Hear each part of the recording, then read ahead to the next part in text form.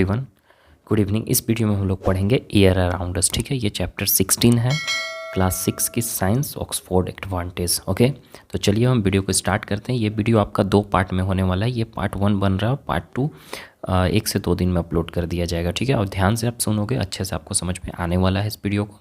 Air around us क्या होता है, एयर के बारे में हम लोग टोटली इसमें पढ़ेंगे। ठीक है, और अगर आप मेरे चैनल पर न्यू हो तो चैनल को लाइक सब्सक्राइब ज़रूर कीजिएगा, क्योंकि हम इसी तरह का वीडियोस डालते हुए रहते हैं। टोटल एक्सरसाइज का एक्सप्लेनेशन करते हैं, जो भी आपका बुक से रिलेटेड होता है, जो भी आपका क्वेरी है, कोई अलग बुक है आपका पब्लिकेशन का, कोई भी पब्लिकेशन का, तो आप कमेंट कीजिएगा तो आपको उसमें भी पढ़ा दिया जाएगा।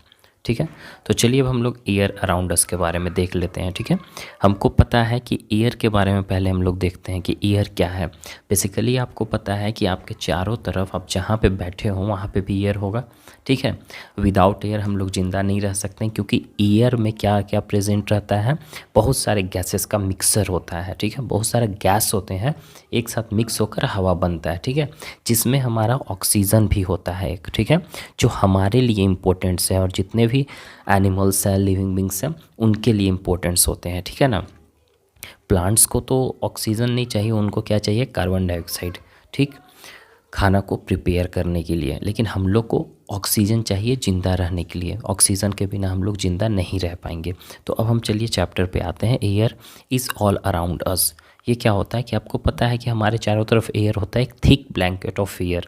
यहाँ बोला जा रहा है थिक मतलब कि मोटा, कहने का मतलब कि हमारे चारों तरफ से पूरा घेरे हुए एक ब्लैंकेट की तरह, एक कंबल की तरह चारों तरफ से हमारा ये घेरे हुए, जिसको हम लोग एटमॉस्फेयर बोलते हैं। मतलब कि हमारे चारों तरफ जो हवा है उसी को एटमॉस्फेयर बोलते हैं। पूरे अर्थ को घेरे हुए है एक कंबल की तरह। ठीक है, air also present in the thing that seem to be empty.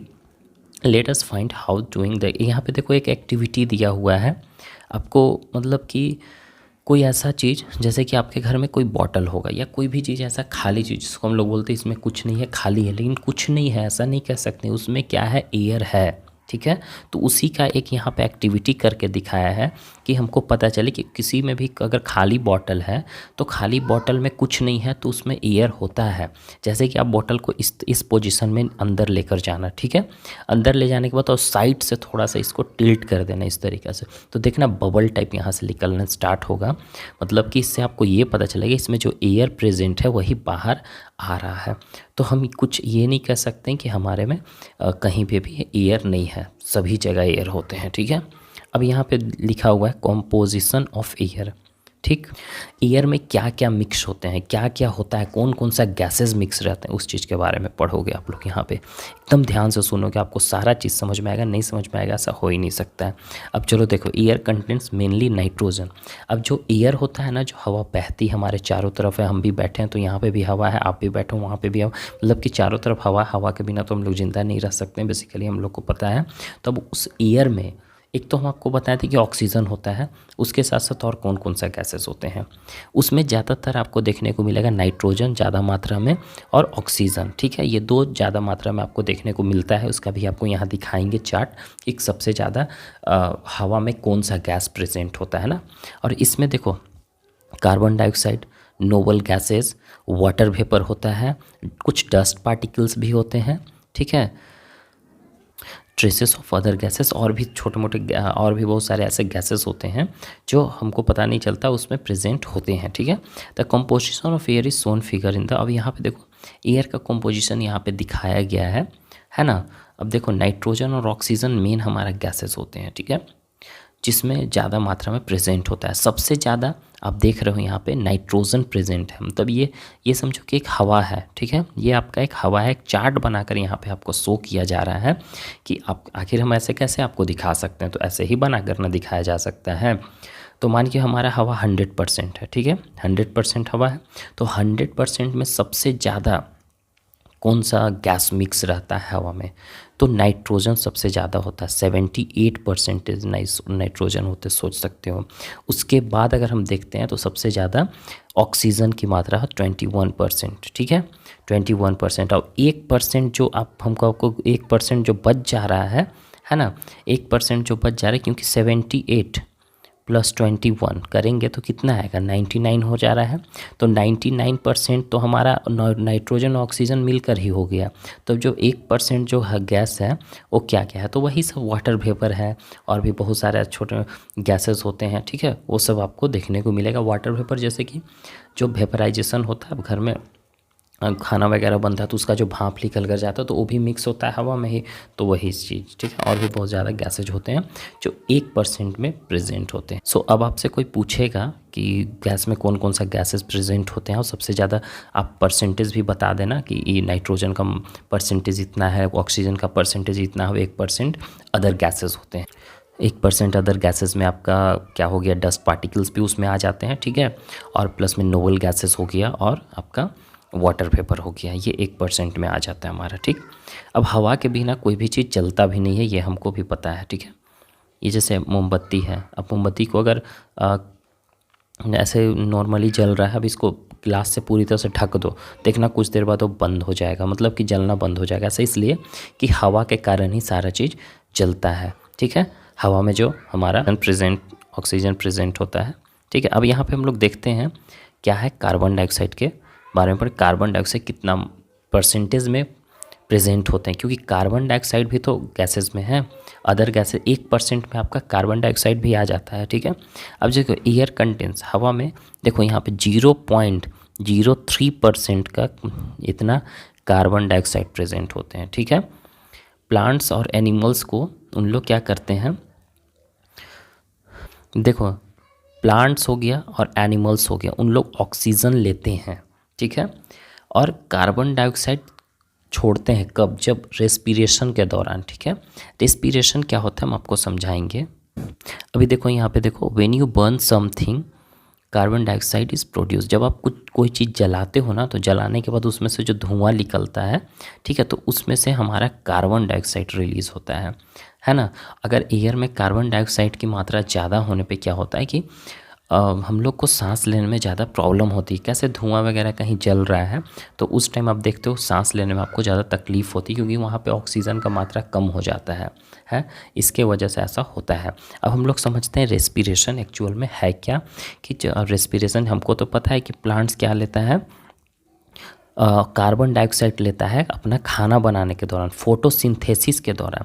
लेकिन रेस्पिरेशन के दौरान जो प्लांट्स और एनिमल्स होते हैं ना, वो क्या ऑक्सीजन लेते हैं, ठीक है। एनिमल्स तो ऑक्सीजन ही लेते हैं, लेकिन प्लांट्स ऑक्सीजन भी लेता है और कार्बन डाइऑक्साइड भी लेता है। सो रेस्पिरेशन को आपको हम शॉर्ट में यहाँ पे बता देते हैं, ठीक है। रेस्पिरेशन वो प्रोसेस होता है जिस टाइम क्या होता है ना, कि जब प्लांट्स, जैसे कि फोटोसिंथेसिस क्या होता है, फोटोसिंथेसिस में प्लांट्स क्या करते हैं, उसको चाहिए ऑक्सीजन चाहिए, कार्बन डाइऑक्साइड चाहिए, सन चाहिए, सन का लाइट चाहिए, ओके, और उसके बाद फिर उसको हवा चाहिए, ये सब वाटर चाहिए, तो जाकर वो क्या करता है, अपना खाना को बनाता है। लेकिन क्या होता है ना कि फोटोसिंथेसिस जस्ट इसका उल्टा है, ठीक है।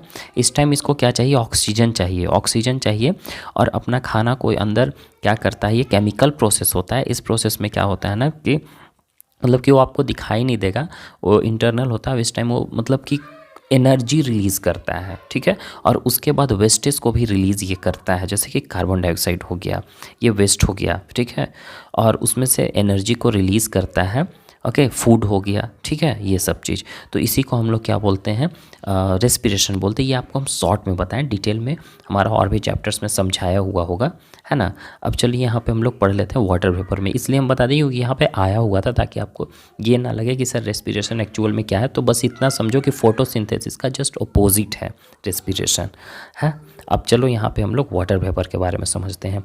वाटर वेपर आपको हम ऑलरेडी बता दिए हैं कि वाटर वेपर क्या होता है। एयर में भी, हवा में भी वाटर वेपर का मात्रा होता है, ठीक है। वेदर के डिपेंड पे है कि वेदर कैसा, उस हिसाब से वाटर वेपर का मात्रा इंक्रीज डिक्रीज होते रहता है, उसमें कोई दिक्कत नहीं है। हाँ, आपने पढ़ा होगा वाटर साइकिल के बारे में, वाटर साइकिल के बारे में आप लोग बहुत बार पढ़े होंगे, ठीक है। ठीक है, तो ये क्या होता है वाटर साइकिल में कि सन क्या करता है, हीट करता है वाटर को, जैसे सीज हो गया, समुद्र हो गया, और फिर ओशंस हो गया, रिवर वगैरह में। उसके बाद फिर क्या होता है, वहाँ से वाटर वेपर निकलना स्टार्ट होता है और फिर ऊपर जाता है, फिर हवा में मिक्स हो जाता है, फिर कुछ बादल भी बन जाते हैं उससे। ऐसे हम लोग वाटर साइकिल में ये सब पढ़े होंगे। क्या होता है कि जब आप लोग जैसे कि कपड़ा वगैरह सूखने के लिए डालते हो, तो उसमें से कपड़ा वगैरह सूखने के लिए आप डालते हो तो उसमें क्या होता है कि जब आपका कपड़ा सूख जाता है तो उसमें से पानी जाता कहाँ है, तो क्या करता है सन, क्या करता है हीट करता है। हीट करने के बाद उसमें जो वाटर होते हैं वो वेपर के रूप में, भाप के रूप में बनकर उड़ना स्टार्ट हो जाता है और जाकर वो हवा में मिक्स हो जाता है। इसी तरह से यही प्रोसेस को हम लोग वाटर साइकिल बोलते हैं। और फिर ऊपर वाटर साइकिल मतलब उसमें क्या होता है ना कि आपका सन ये पानी को हीट करेगा, पानी वाटर वेपर बनेगा, ऊपर जाकर बादल बनेगा, फिर बादल फिर बरसता है तो फिर वही जाकर आ जाता है, फिर से मतलब वो प्रोसेस कंटिन्यू होते रहता है। आप लोग बहुत बार पढ़े होंगे वाटर साइकिल के बारे में।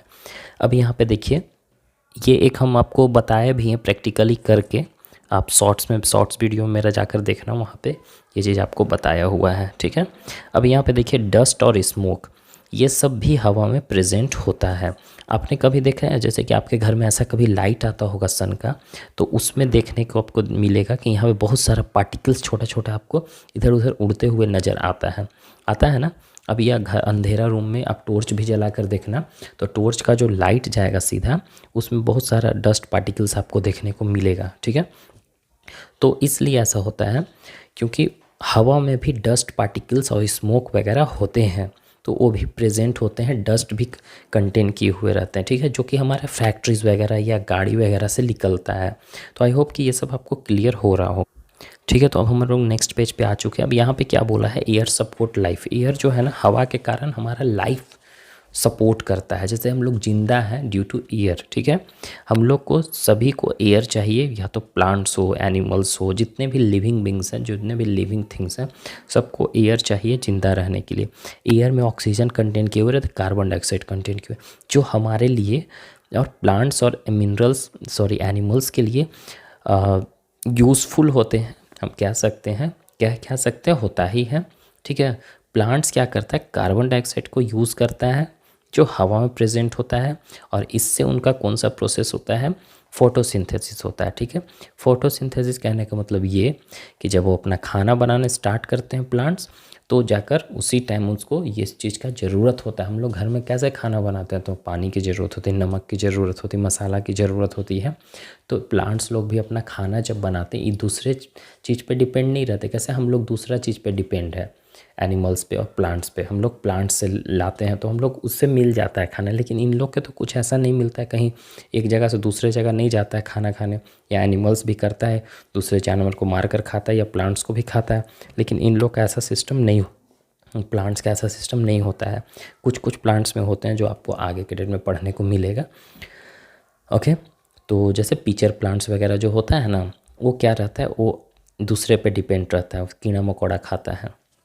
लेकिन जो हरे प्लांट्स होते हैं वो ऐसा नहीं होते, उन लोग फोटोसिंथेसिस पे डिपेंड रहते हैं, अपना खाना बनाते हैं खुद से ही, ठीक है। तो इसी टाइम ज़रूरत होता है उनको कार्बन डाइऑक्साइड की, ओके। और हम लोग देख सकते हैं यहाँ पे कैसे लाइफ सपोर्ट करता है, किस तरीक़ा से प्लांट्स में। तो प्लांट्स में आप जब देखोगे एक पत्ता को, ठीक है, एक लीफ को लेकर देखोगे, और उसको जब माइक्रोस्कोप से दिखा जाता है पूरा जूम करके, तो उसमें इस तरीक़ा से आपको देखने को मिलेगा पोर्स टाइप, जिसको हम लोग स्टोमेटा बोलते हैं। कैसे हमारा नोज़ है जिससे हम लोग सांस लेते हैं और सांस छोड़ते हैं, उसी तरह से प्लांट्स में स्टोमेटा होता है। इससे हम लोग क्या करता है, सांस को लेता है और सांस को छोड़ता है, ठीक है।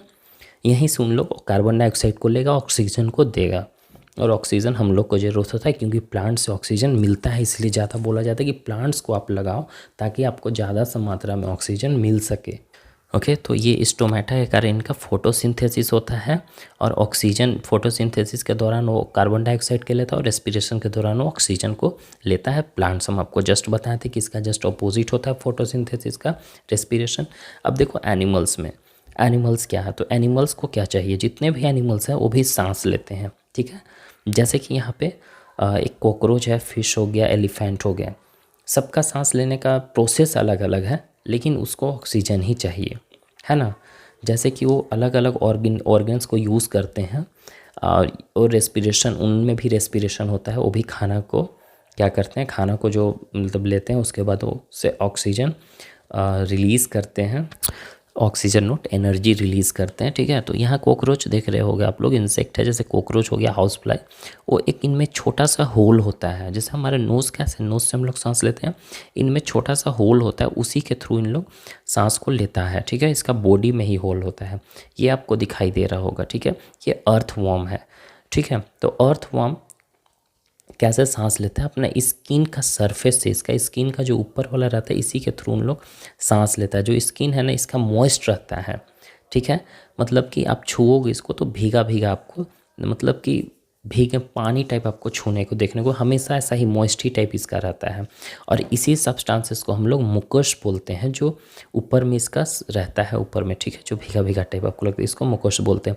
और ऑक्सीजन यहीं से डायरेक्टली एंटर कर लेता है, ऑब्जर्व कर लेता है ये मुकस ऑक्सीजन को, और उसके बाद मॉइस्ट स्किन के कारण, और उसके बाद फिर ये कार्बन डाइऑक्साइड भी वहीं से रिलीज़ करता है। हम लोग कैसे सांस लेते हैं तो ऑक्सीजन जा रहा है, सांस छोड़ते हैं तो कार्बन डाइऑक्साइड बाहर छोड़ते हैं, उसी तरह से इन लोग भी, लेकिन इन लोग का नोज़ नहीं होता, स्किन ही होता है, जिसको हम लोग भीगा भीगा टाइप है तो मुकस बोलते हैं। और इसके थ्रू इन लोग ऑब्जर्व कर लेता है ऑक्सीजन को, ठीक है। ऑब्जर्व करने के बाद फिर अपना बॉडी में ले लेता है, पूरा बॉडी पार्ट्स में, फिर उसके बाद इसमें जो कार्बन डाइऑक्साइड होगा इसी के थ्रू बाहर आउट कर देता है। तो ऐसे एनिमल्स में होते हैं। तो पार्ट 1 हमारा यहाँ तक कंप्लीट होता है, और पार्ट 2 आपको 1 से 2 दिन में वीडियो देखने को मिल जाएगा। तो तब तक के लिए बाय। अगर मेरे चैनल पर न्यू हो तो चैनल को सब्सक्राइब जरूर करेंगे, अगर अच्छा लगा हो तो लाइक भी कीजिए, ठीक है।